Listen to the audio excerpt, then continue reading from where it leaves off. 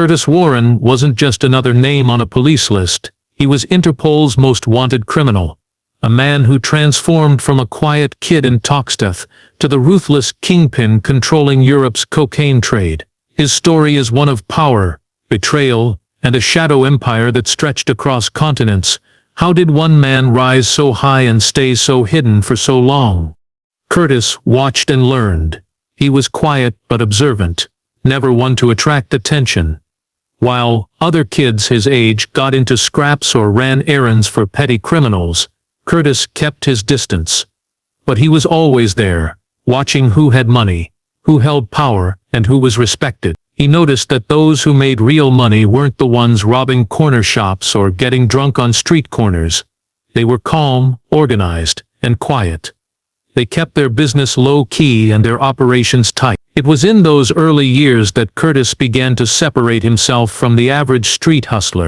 He was athletic, intelligent, and sharply aware of his surroundings. At school, he was no standout student, but he wasn't a failure either. Teachers remembered him as smart but easily distracted, more interested in the world beyond the classroom window. He gravitated towards stories of powerful men, not politicians or businessmen, but those who commanded respect in the shadows. As he got older, the pull of the streets grew stronger, not because of rebellion or recklessness, but because of ambition. Curtis wanted more than a wage, more than survival. He wasn't content with scraping by. From an early age, he understood the value of control over money, over people, and over outcomes. By his late teens, he already had a plan, even if he never said it out loud. He would rise, not with brute force, but with patience, planning and silence. Toxteth was just the beginning. The world beyond Liverpool was waiting, and Curtis Warren was preparing to conquer it. Curtis Warren's first steps into the criminal world were cautious, calculated, and far removed from the chaos that defined many street-level hustlers. Unlike others who rushed into petty crime for quick money, Curtis moved differently. After leaving school, he took a job as a nightclub doorman in Liverpool. The role gave him more than just a wage. It gave him access. The doors he guarded weren't just physical. They were entrances to an underworld of drug dealers, smugglers, and fixers. He built quiet relationships with low-level dealers, asking the right questions and staying out of disputes. He didn't flash money, didn't drink on the job, and never got too close to anyone. His calm demeanor made him easy to overlook, but those in the know began to notice that Curtis understood the game better than most. By the late 1980s, he had made his first real move, smuggling cannabis from Amsterdam into the UK.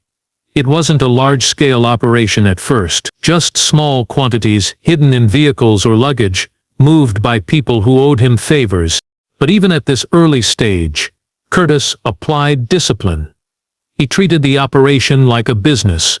He kept detailed mental notes, studied law enforcement patterns, and avoided flashy behavior that could attract unwanted attention. He reinvested profits rather than spending them, always looking for ways to scale up.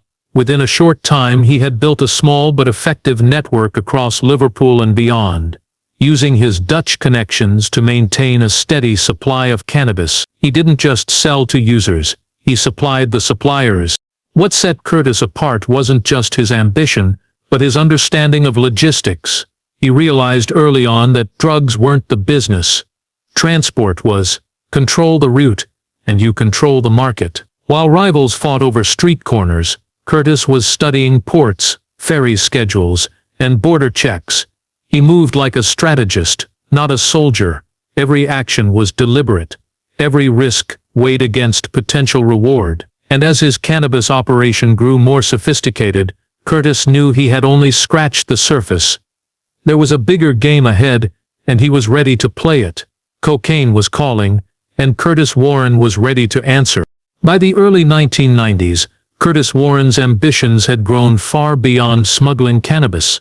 He had learned how to move product efficiently and quietly, and now he was ready to take on the real prize, cocaine.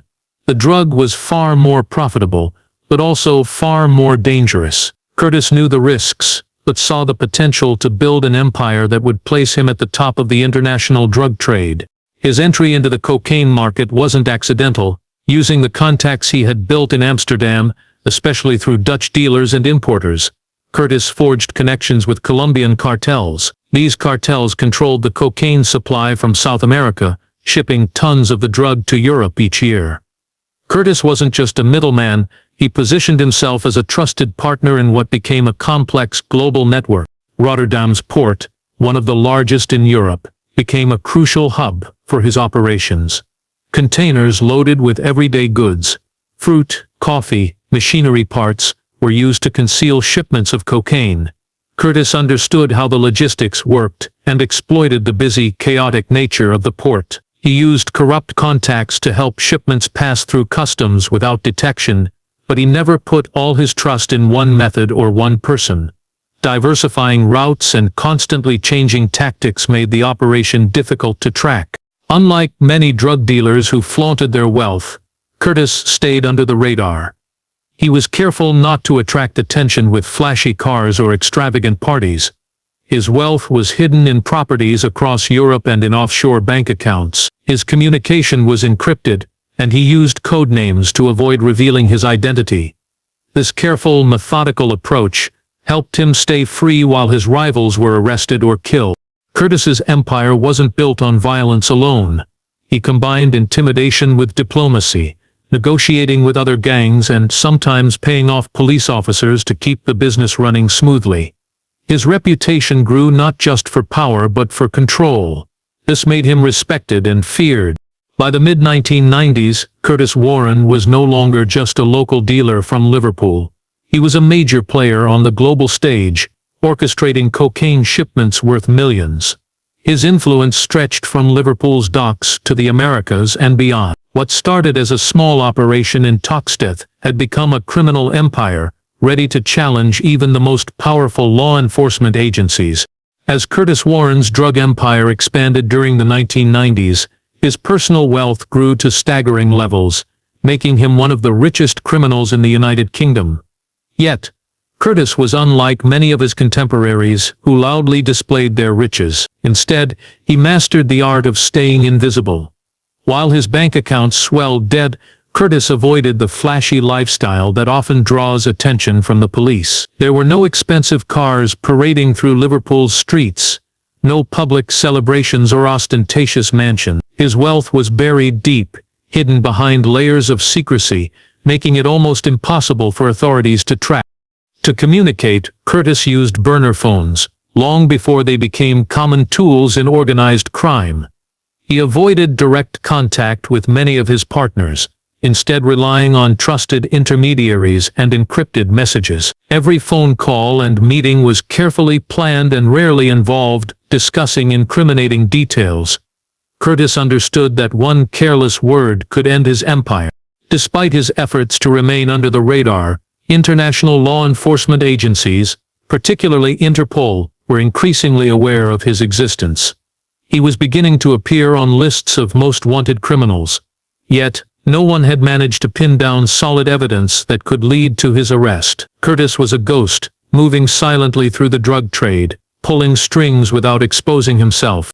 His empire also depended heavily on loyalty and fear. He maintained control through a mix of respect, intimidation, and bribery.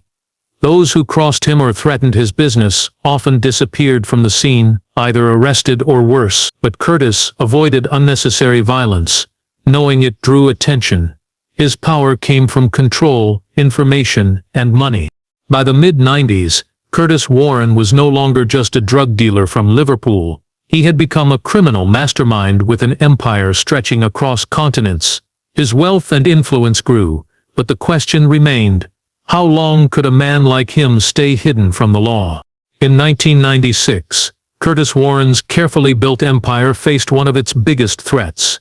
After years of operating in the shadows, he made a critical misstep that would put him directly in the crosshairs of law enforcement. The Dutch authorities had been watching him for some time, gathering intelligence through wiretaps, surveillance, and informants.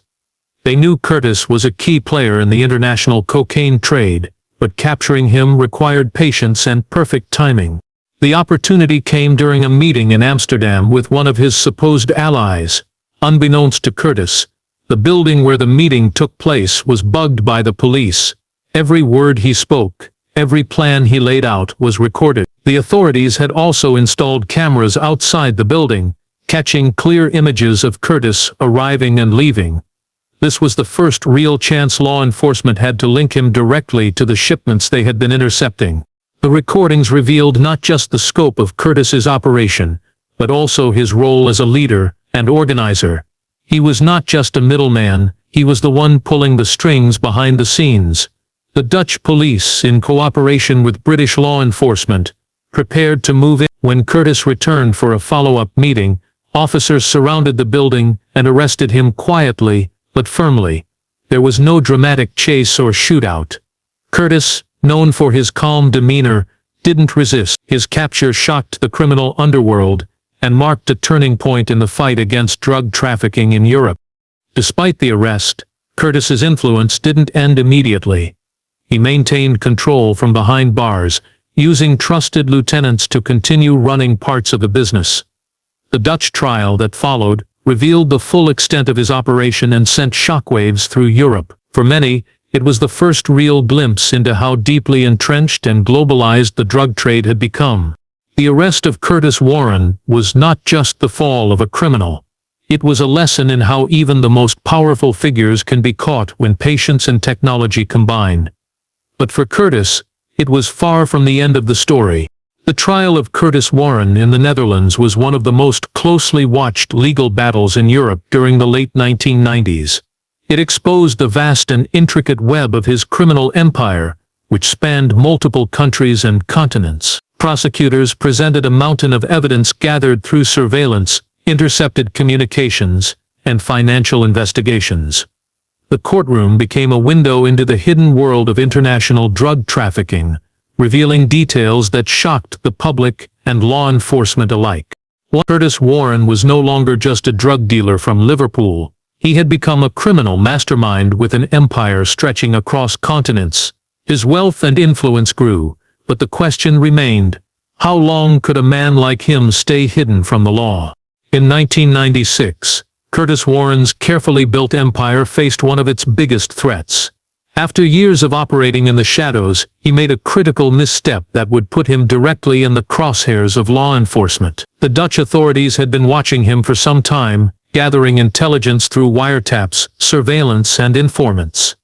They knew Curtis was a key player in the international cocaine trade, but capturing him required patience and perfect timing. The opportunity came during a meeting in Amsterdam with one of his supposed allies. Unbeknownst to Curtis, the building where the meeting took place was bugged by the police. Every word he spoke, every plan he laid out was recorded. The authorities had also installed cameras outside the building, catching clear images of Curtis arriving and leaving. This was the first real chance law enforcement had to link him directly to the shipments they had been intercepting. The recordings revealed not just the scope of Curtis's operation, but also his role as a leader and organizer. He was not just a middleman, he was the one pulling the strings behind the scenes. The Dutch police, in cooperation with British law enforcement, prepared to move in. When Curtis returned for a follow-up meeting, officers surrounded the building and arrested him quietly, but firmly. There was no dramatic chase or shootout. Curtis, known for his calm demeanor, didn't resist. His capture shocked the criminal underworld and marked a turning point in the fight against drug trafficking in Europe. Despite the arrest, Curtis's influence didn't end immediately. He maintained control from behind bars, using trusted lieutenants to continue running parts of the business. The Dutch trial that followed revealed the full extent of his operation and sent shockwaves through Europe. For many, it was the first real glimpse into how deeply entrenched and globalized the drug trade had become. The arrest of Curtis Warren was not just the fall of a criminal. It was a lesson in how even the most powerful figures can be caught when patience and technology combine. But for Curtis, it was far from the end of the story. The trial of Curtis Warren in the Netherlands was one of the most closely watched legal battles in Europe during the late 1990s.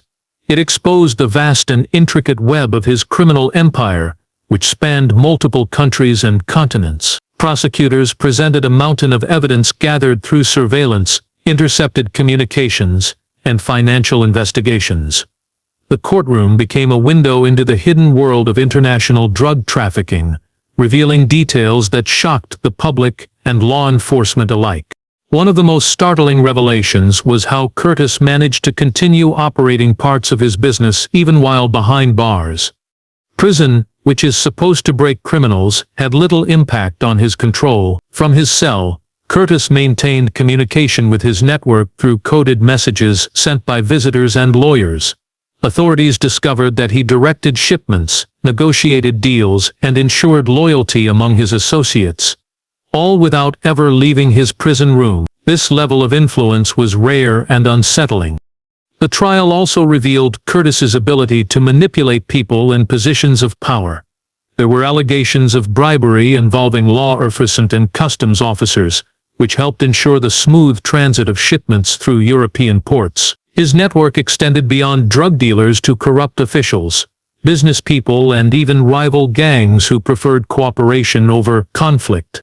Ultimately, Curtis was convicted and sentenced to a lengthy prison term, but the trial left a lasting impression, showing how difficult it was to dismantle such a deeply entrenched criminal organization. Even behind bars, Curtis Warren's shadow loomed large, proving that power and influence don't always end with an arrest.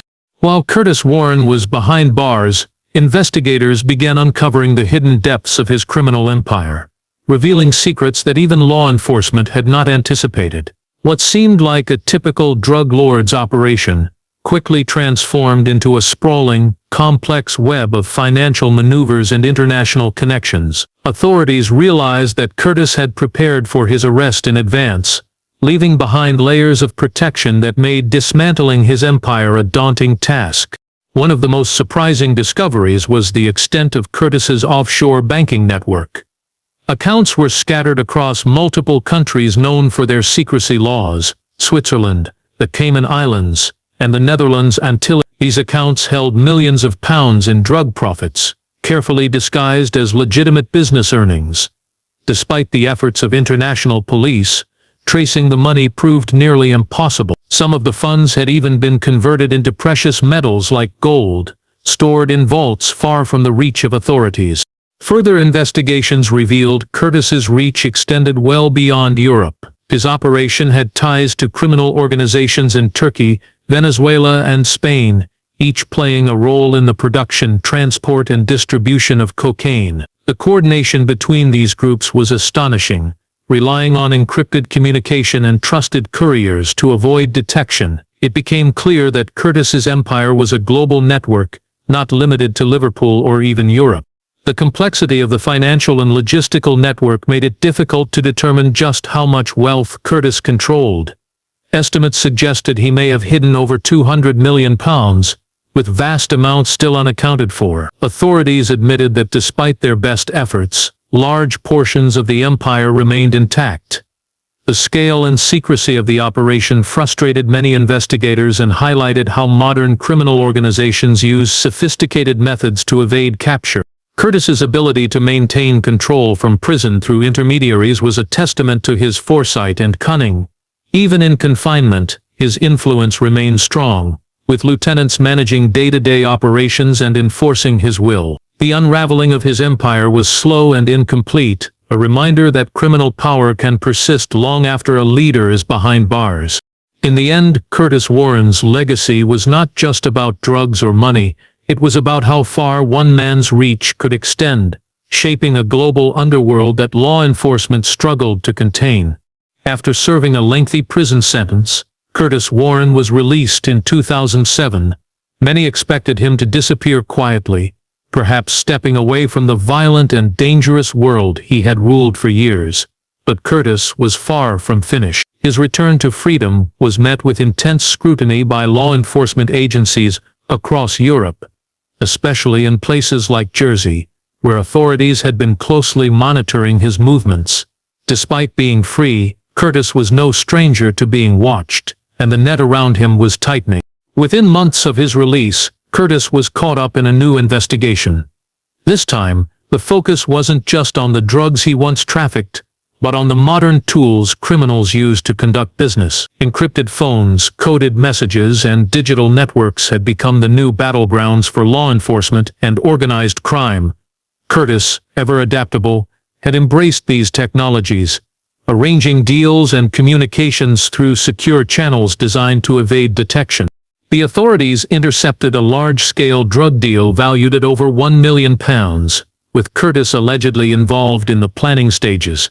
This arrest shocked many, because it showed that even after years behind bars, Curtis had not lost his touch or ambition. His network remained active and far-reaching, capable of moving vast quantities of cocaine across borders.